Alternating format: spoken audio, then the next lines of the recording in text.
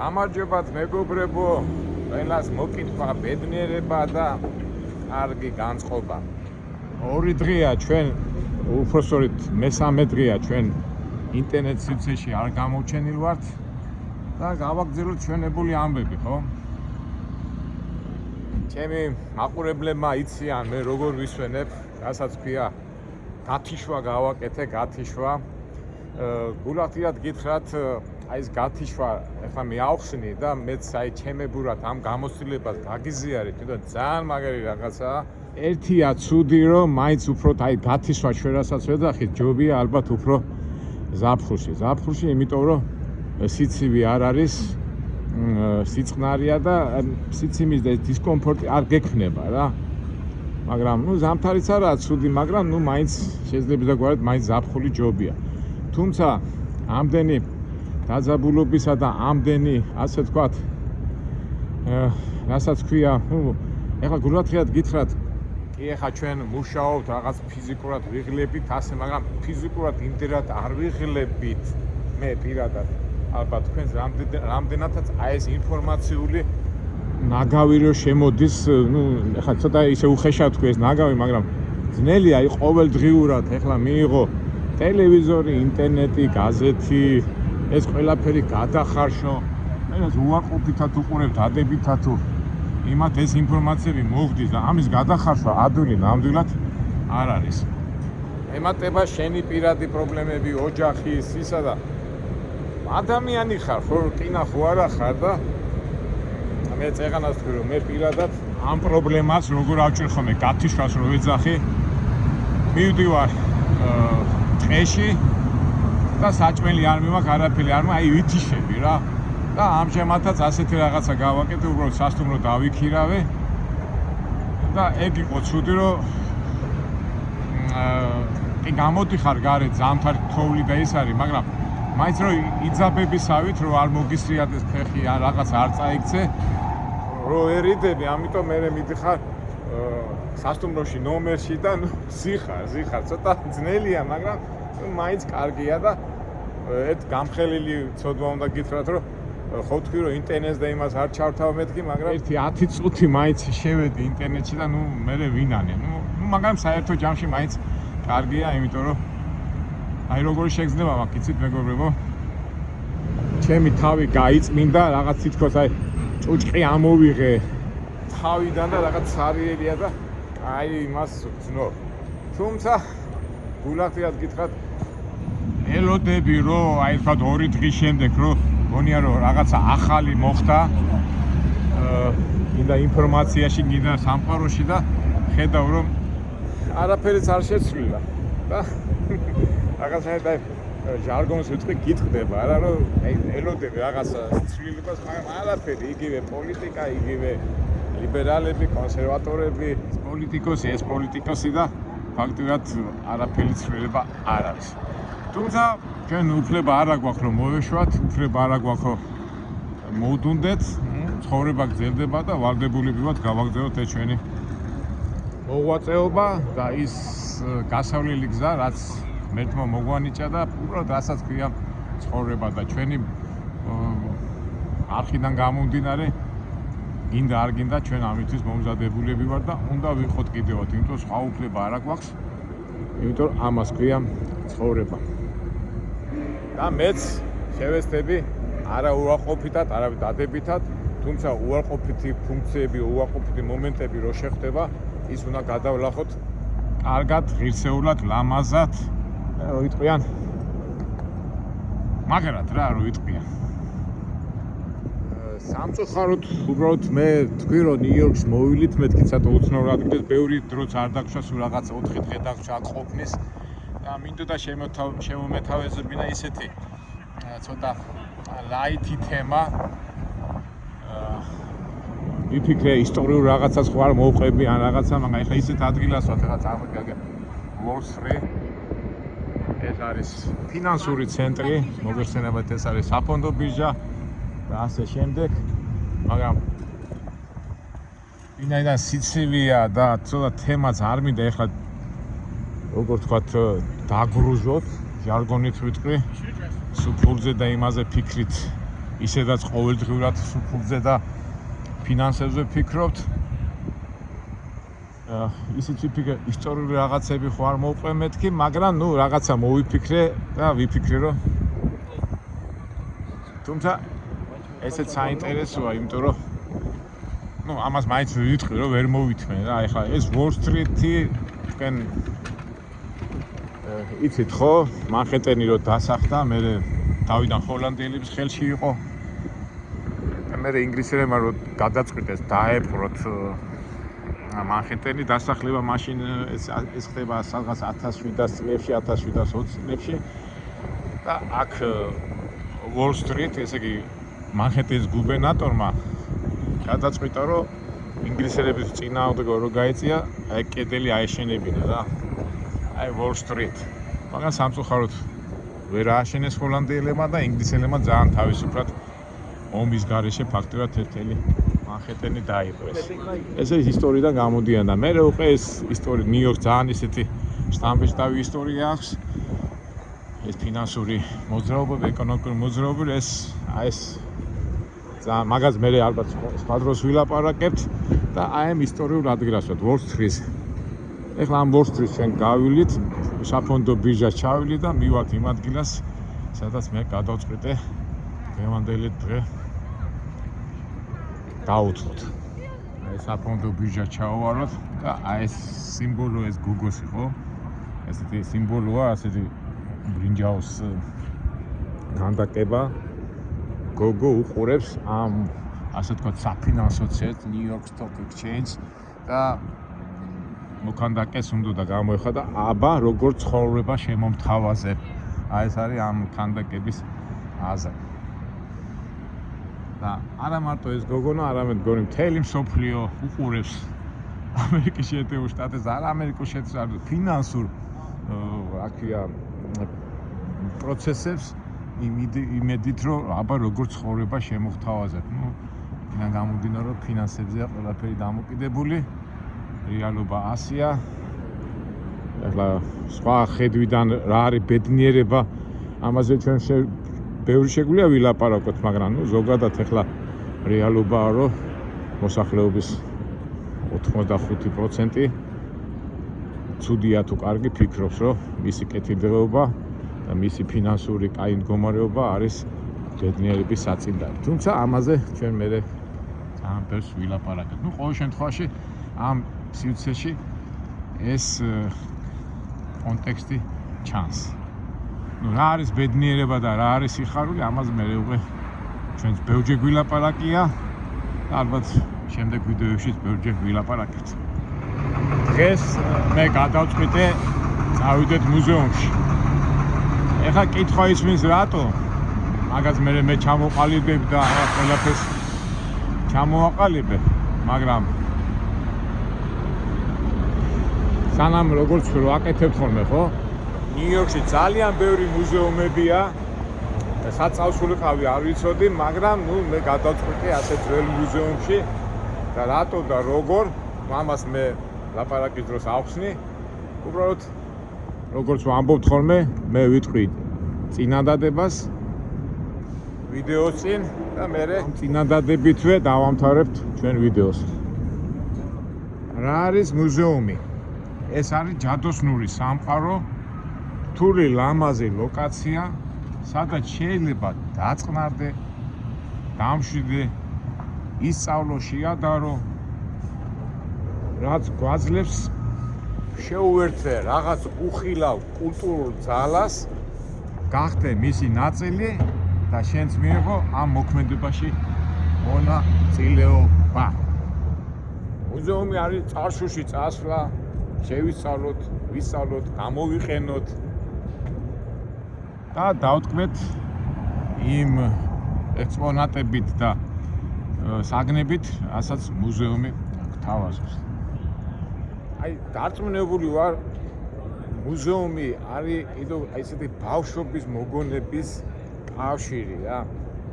ესე იგი, თქვათ ხო ხარ ბავშვობაში რომ მიდიხარ და აღთქმას თქვათ ხარ 10, 12, 15 წლის და დადიხარ და ის აღთქმა რაც იმ პერიოდში ღებულობ, მე რომ დიდობაში რომ მიდიხარ და შეხვალ, ვარიანტი არა რომ ის ახალგაზრდული აღთქმა არ გაგახსენდეს. ამიტომ ძალიან მაგარი ადგილია და მოდი ახლა შევიდეთ ერთ-ერთ მუზეუმში და ცოტა ახლა ძალიან მაგრაციო. და იქ რო შევა სიწყნარეში უფრო ავხსნით სად როგორ და რანაირ მუზეუმში შემოვედით. დღეს რო გამოვედი ქალაქში, ფიქრობდი ეს იდეა რო დამებადა რომელ მუზეუმში წავიდე მეთქი. რაღაცნაირად უცბად გამახსენდა ჩემი ბავშვობა და ჩემ კლასელებმა იციან ასეთი ვასიკო, ჩემი პროფესორი, ასტროლოგიის პროფესორია და ბავშვობიდან ეს ვასიკო კითხულობდა, უკრაინაზე კითხულობდა სულ ბევრ წიგნებს და 10 წიგნი და 9 წიგნი იყო ინდიელებზე. ესე იგი, ყველაფერი იცოდა, რომელი ტომის ინდიელები, ტომაჰავკები, საბრძოლო ინსტრუმენტები, შვიდისრები, რა ვიცი, სასაული იყო. ვასიკოს უსმენდით, ასეთი პირდაღებულები უსმენდით ხოლმე და ასწავლებრივი თვითონ გვაჩვენებდნენ, ეხლა ამას უყვარდა წიგნი და ეხლა ბავშვები ხო იცი რა ზარმაცებია წიგნის კითხვის მიმართ და სულ თვითონ გვანიშნებდნენ ხოლმე, აი მიბაძეთ ვასიკო. მერე ბაძავდით ამ ჩვენ ვასიკოს და სულ ქონდა შულდურები, ლაგატკა ხო ქართულად, შულდურები, შვიდრისები და რა ვიცი და დასვენება რო იყო ხოლმე, რა ქვია, სკოლის შესვენება, ზარი დასვენების დროს ბავშვები დარბოდით და სულ ყიროდი, აუ და სკოლის დერეფანში სულ წაღებული ქონდა ეს ინდიელების ზოგი იმით მოდიოდა, რა ქვია, ინდაურის ფრთით ან ქათმის ფრთით და იყო ერთი ამბავი, მაგრამ განსაკუთრებით ვინც მაგრა დასჭეხავდა და ასეთ ხმებს გასვენდა, ის იყო ხო მაგარი ჩემპიონი იყო საერთოდ.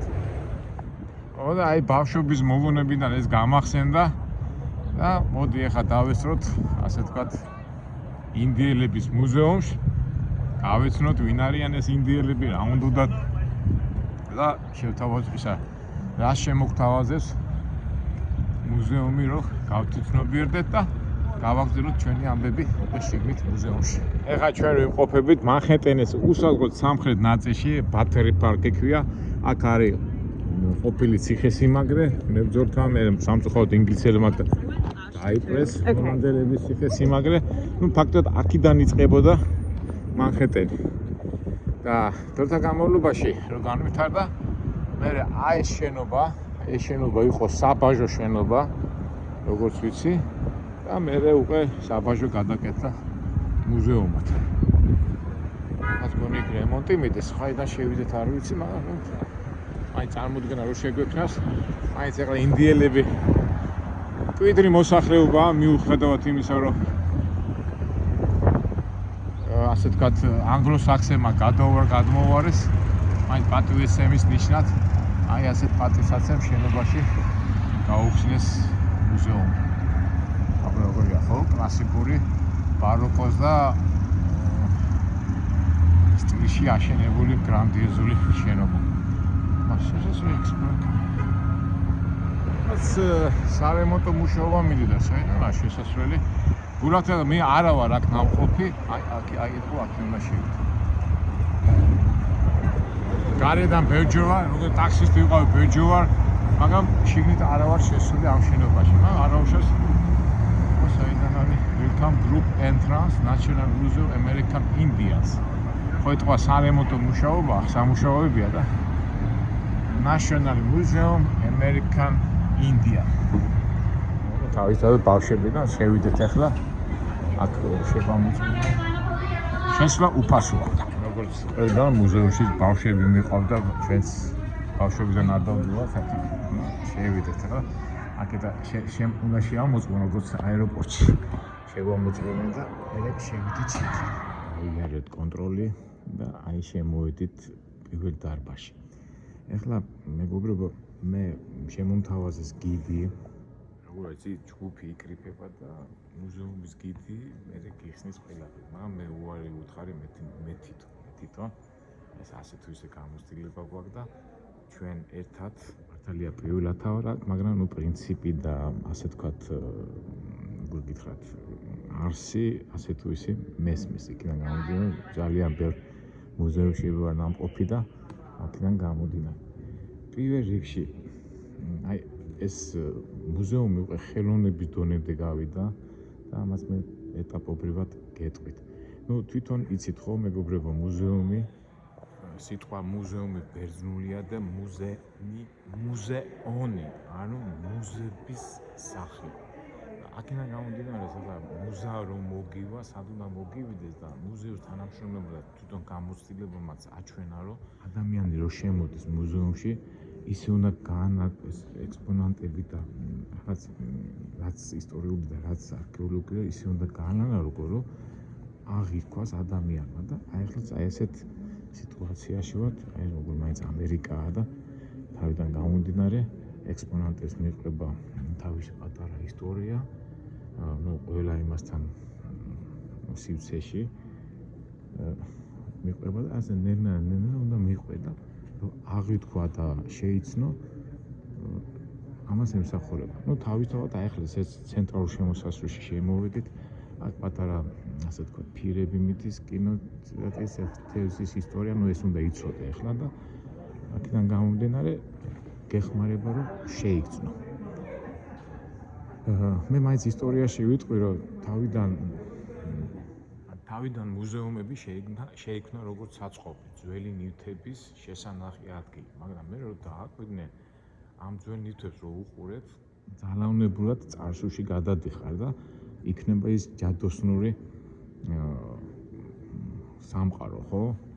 მაგრამ მე უკვე როგორც თითქმის მეცნიერებამდე მივიდა, უკვე თავისი სტილი აქვს ყველა მუზეუმს, ფაქტურად სადაც არ უნდა მიხვიდე, ამ კანონს მიყვებია და წეღანაც რო თქვი, უნდა შეიქმნას განწყობა, რო აითვისო და მე უკვე იწყებენ არქეოლოგიური იმებიდან, რა ქვია,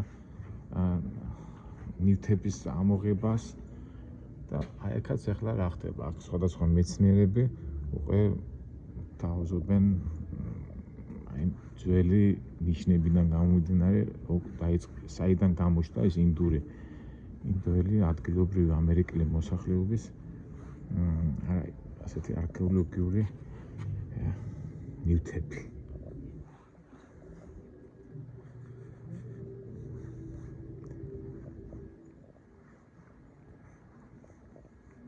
თან მუსიკას განწყობა ასეთია. მე ფაქტობრივად ძალიან ბევრი მუზეუმში ვარ ნავყოფით, მithumet პარიზი, მადრიდში ეს რაღაცა ეს კანონივით ახდა.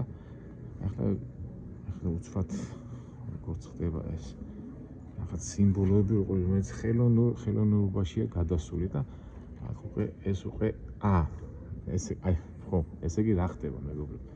ეს არიან თვითონ ინდიელი გენეტიკურად ინდიელები და მათი ნამუშევრებია ხელოვნების დონეზე რა. დაწნული და აგერ თითოეული ავტორები, ეს ლილიან პიტი, ესეც ინდიელია. ეს მისი შექმნილია და ხელოვნების დონემდე სხვადასხვა ეს ლილიან პიტი ინდიელია. ეს როუზ სიმსონი. ახალგაზრდა ქალბატონი ყოფილა ჯიმ შოპერტი.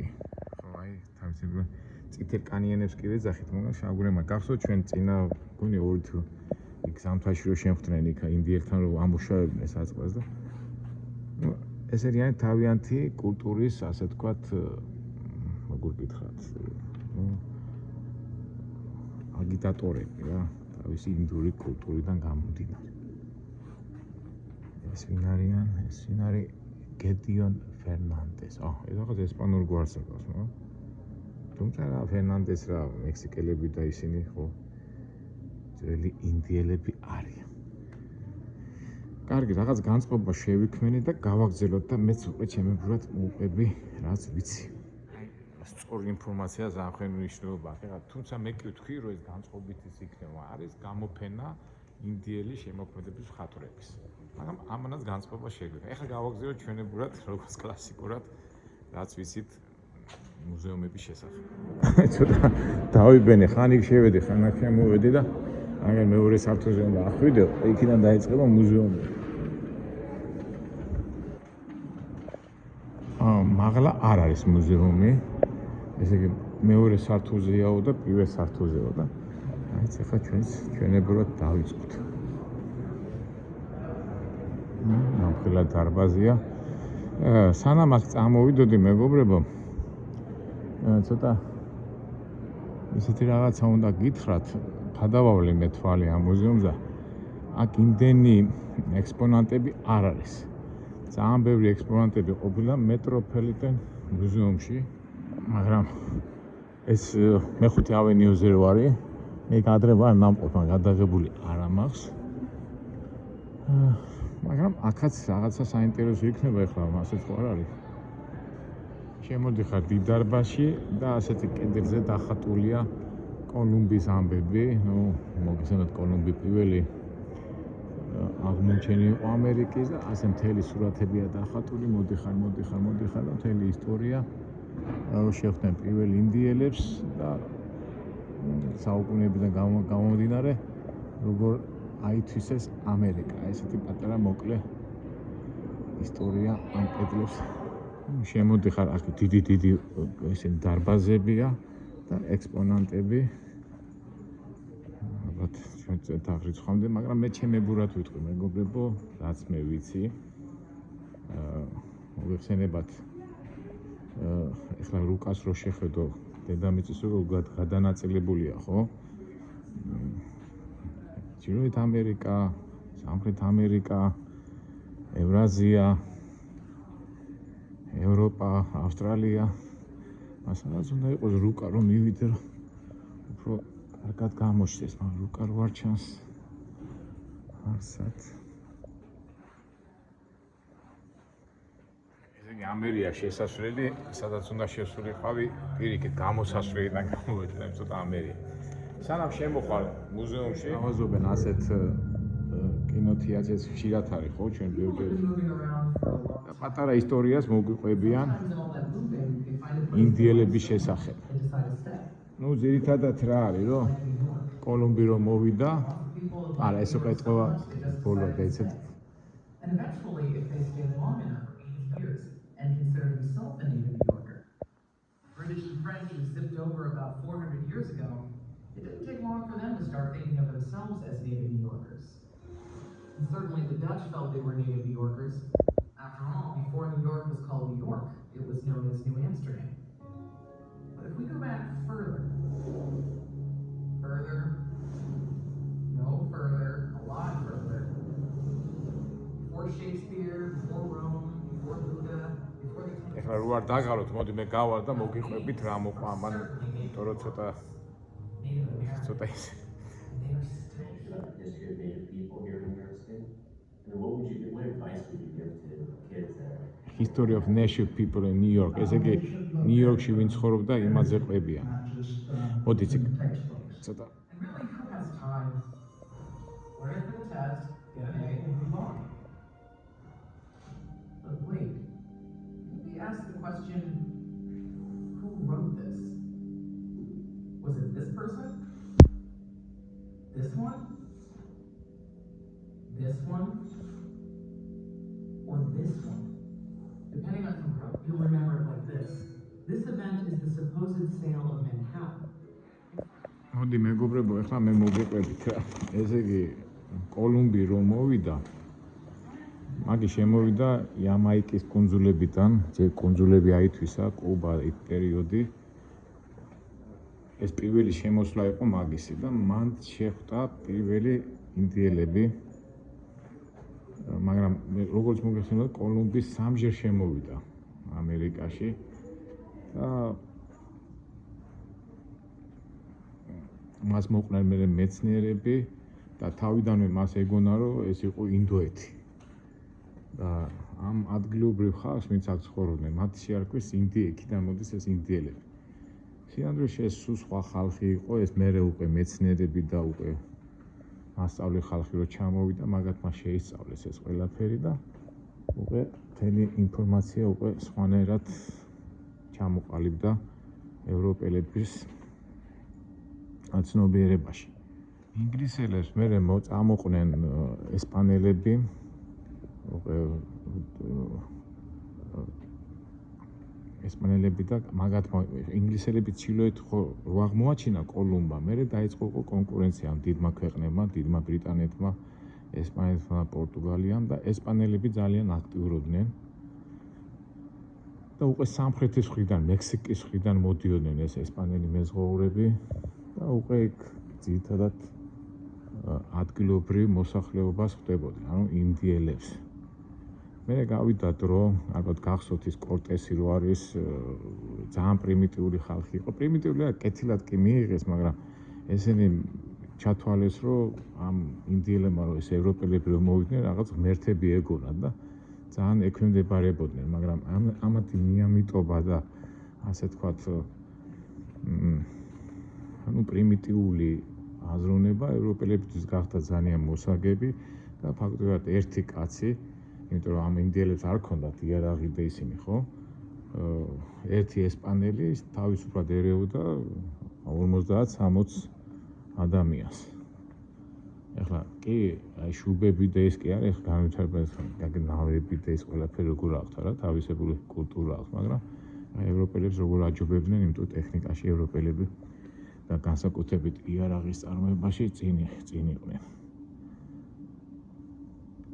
და გახსოვთ ხო ის იყო ასეთი და ვიღაცა ინდიელს დაიჭერდა ან მეთაური ბელადის შვილს ან ვინმეს დაიჭერდა და მე მაგის გამოსყიდვაში ოქროს ითხოვდა და ერთი არის ასეთი ცნობილი ისტორია, რომ ერთი ბელადი დაიჭირა კორტესმა და ამ ბელადში მოითხოვა მთელი ოთახი ოქროებით აუსეს რა.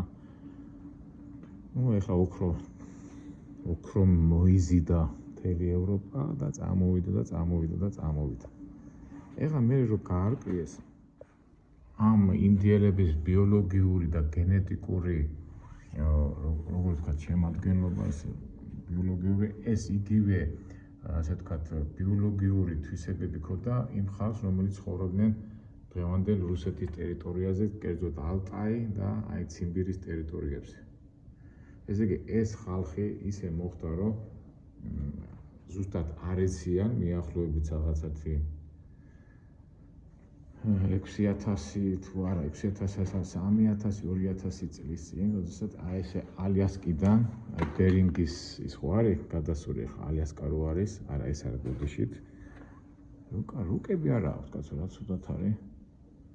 ნუ ერთ სიტყვით ბერინგის სრუტიდან, რუსეთის იქიდან, ეხლაც არის მგონი რო იყინება ფეხით გადმოდის ხალხი და მას იმ პიტაპი შეერთებული იყო და აი ციმბირიდან ეს ინდიელები გადმოვიდნენ ამერიკაში და ჩრდილოეთ ამერიკაში დასახლდნენ და ჩავიდნენ სამხრეთ ამერიკაში დასახლდნენ.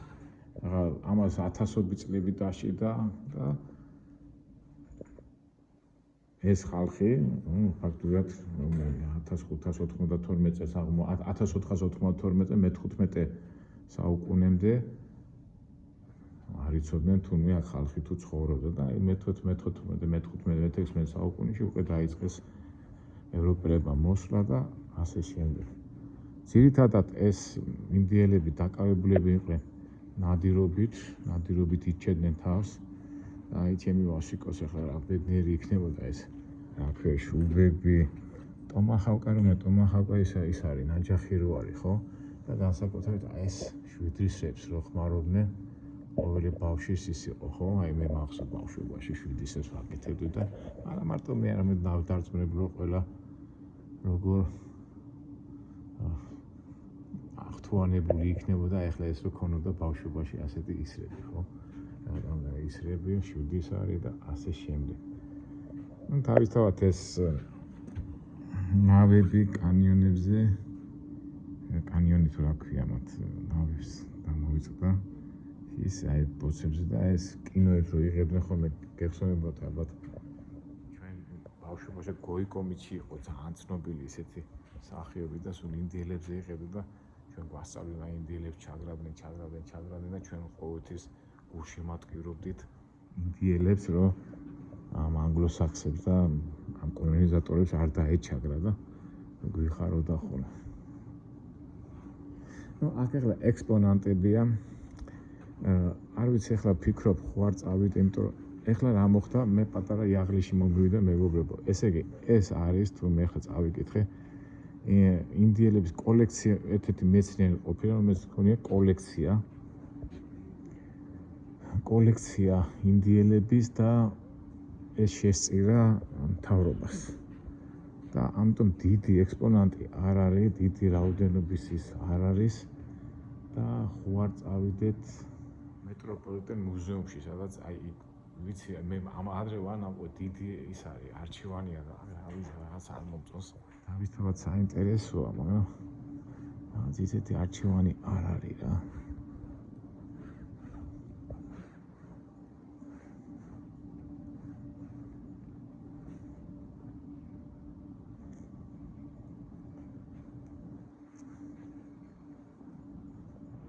არა, გამოვედი. ერთადერთი ნეში ნიუ-იორკ, სადაც თავიდან რომ შევედეთ, იქ ბარემ ამ ისტორიასაც მოვყვები და ეს იყო ვერეზანო იყო ასეთი, ვინ ჩამოვიდა და მანჰეტენის ისტორიას ხო გვიყვება იქ. ესე იგი ვერეზანო იყო იტალიელი მოგზაური, რომელიც ფრანგებმა დაეკირავეს და მანჰეტენზე რომ მოვიდა, ინდიელები დახვდნენ.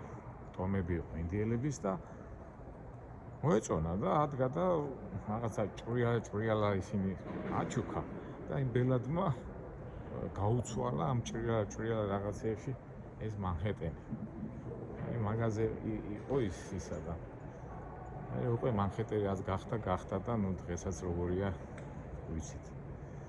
ეხლა იცით ასვიზ მეგობრებო, ჩვენი ეს ტური ცოტა საინტერესო რომ გამოვიდეს, გულახდიად გითხრათ, დიდი არაფერს დაბეჭდილება არ დაუტოვები ამ მუზეუმშივთვის და მოდი წავიდეთ მეტროპოლიტენ მუზეუმში, იქ უფრო დიდი ექსპონანტებია და იქ უფრო შევიცნობთ ინდიელების, ასე ვთქვათ, სურს. მე მეგონა აქ უკვე მაგარი იქნებოდა, მაგრამ თუმცა რომ გადავალე თვალე არა, იქ ჯობია. მოდი წავიდეთ არა. მაგრამ გამოსულები ვარ და გემრიელად გავაკეთოთ ყველაფერი. აი გამოვიდეთ და მეტროში ჩავშდით და ავიდეთ ერთი ის არის 79 ქუჩაზე ერთი. მეტროთი წესით უნდა ავიდეთ ერთი 9 საათში.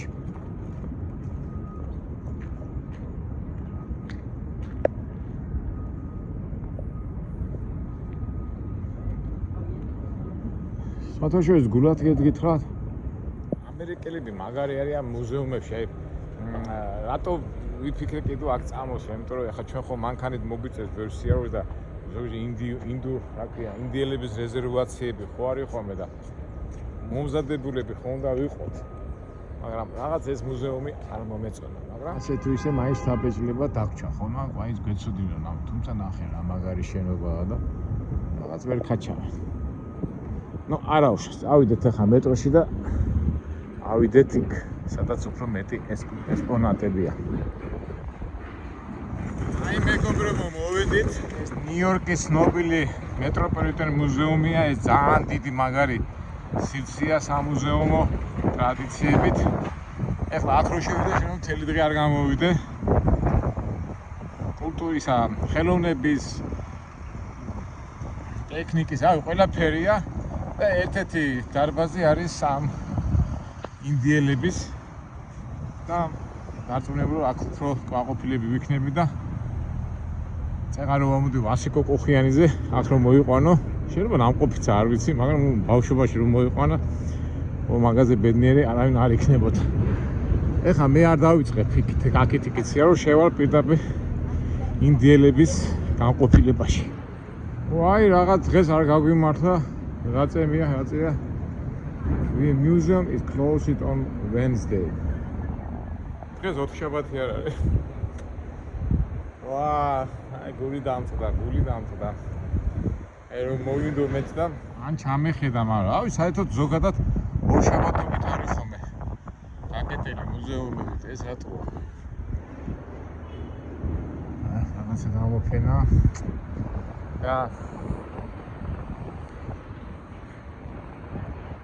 დავშვებით ასეთ შემთხვევაში მეგობრებო. როგორ არის ცხოვრებაში ისე არის ყველაფერი როგორც ყოველთვის გვინდა და აი ეს შემთხვევა. ნახდათ არ მოვლოდა, არ და ძალიან მაგარი ექსპონანტებია. თვითონ სახეების ფორმა და ნამყოფი ვარ ადრე არ ვიღებდი ხოლმე, იმიტომ რომ ძალიან მაგარია. გასიზავ სამწუხაროდ ჩვენ აღარ აგვაქვს დრო. მან გული მართლა დამწყდა. არა უშავს, ჩაგვივარდება ვარიანტი და მე უკვე შემდეგში ალბათ მოვახერხებთ. არ გამიკვირდა კაცი ხალხი როგორ არ ემიტო თელი სოფლიო და ეტო 4 შაბათობით არის დაკეტილი. We will close on Wednesday.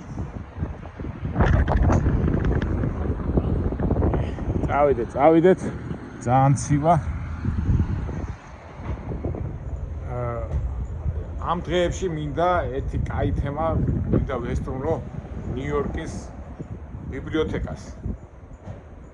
და აი მინდა პატარა ასე ვთქვათ, სტაბილიზებული გითხრა და განსაკუთრებით წიგნის კითხვის თაობაზე, როგორ უნდა ვიკითხო წიგნი და შედეგზე გავიდეთ. ეს უკვე ალბათ იმ ბიბლიოთეკაში მივარ და იქ ავაკეთებთ ყველაფერს.